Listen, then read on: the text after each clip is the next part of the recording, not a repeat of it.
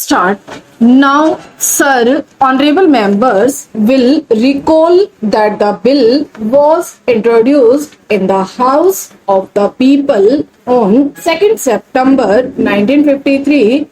It has had a long history and in one form or another it has been before the public since the end of 1949.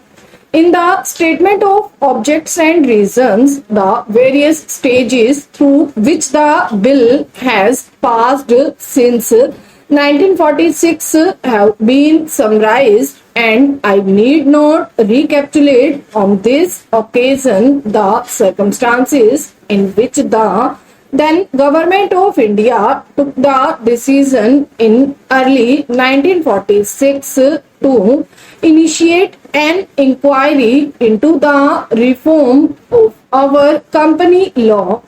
I would remind honorable members that between 1946 and 1948, the entire field of company law was carefully reviewed by two distinguished company lawyers who were appointed to recommend the broad lines on which the present act should be revised.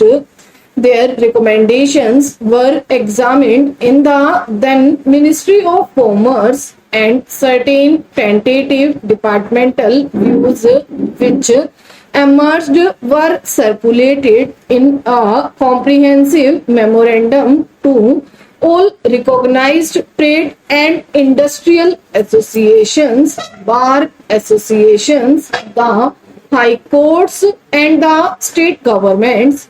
That brought us to the end of 1949.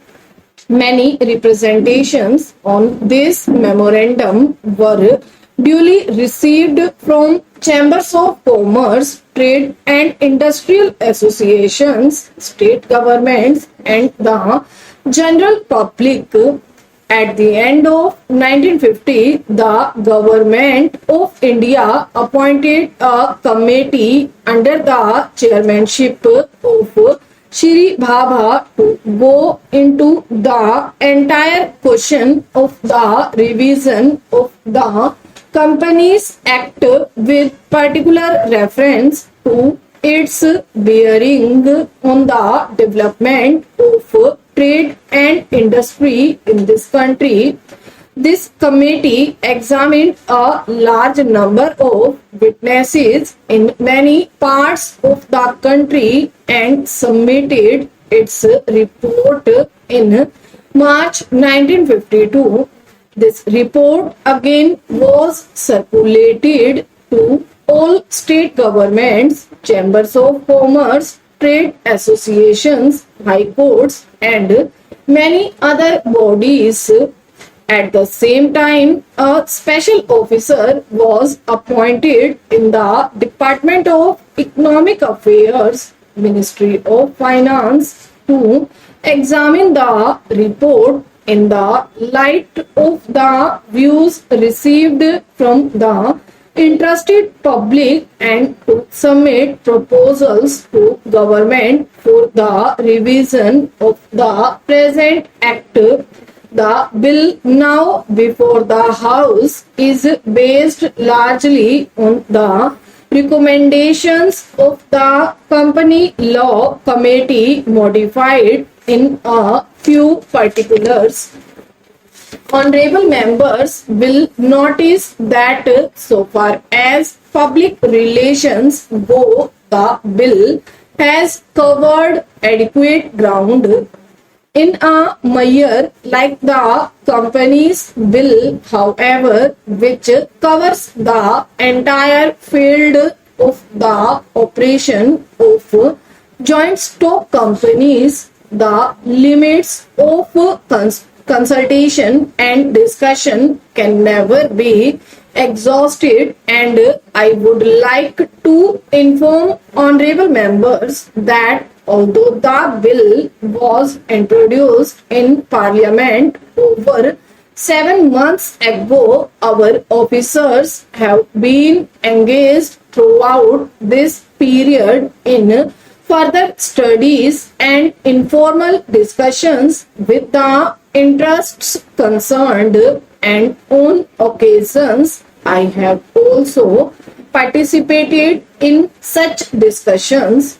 I have also given some further thought to some of the issues arising out of the bill, and I propose at the appropriate stage to bring before the select committee any changes in the provisions of the bill which seem to me to be worthy of consideration in the light of this further examination. No honorable members will have noticed that the bill contains 6 clauses and 12 schedules. I think it is probably one of the longest legislative measures in recent legislative history, but its size might be regarded as misleading unless I make a few comments. The bill is both, one must remember, a consolidating and amending measure. As mentioned in the statement of objects and reasons, this is the first opportunity which has occurred since 1923 for the consolidation of the Companies Act. Advantage has been taken of this opportunity to redraft several long and complicated sections in the present Act, which have been split up into a large number of clauses. This is the largest single factor accountable for the increase in the number of clauses in the bill. New clauses embodying substantial changes in the present law would hardly constitute more than a small fraction of the bill. I would also draw attention to the structural changes in the bill to which a reference which has been made in the statement of objects and reasons. The redraft of the bill and the rearrangement of the existing chapters in the Companies Act in a more logical order have, I think, resulted in a noticeable improvement in the form of the bill, and I hope will facilitate better understanding and appreciation of the scheme. I wish that the act which came into effect long ago was implemented properly. I know that the minister here is very earnest in implementing it, but unfortunately his colleagues at the state level are disappointing him. Unfortunately, no steps have been taken for trimming or toning up the administration at the state level and at the district level. They have to be taken immediately.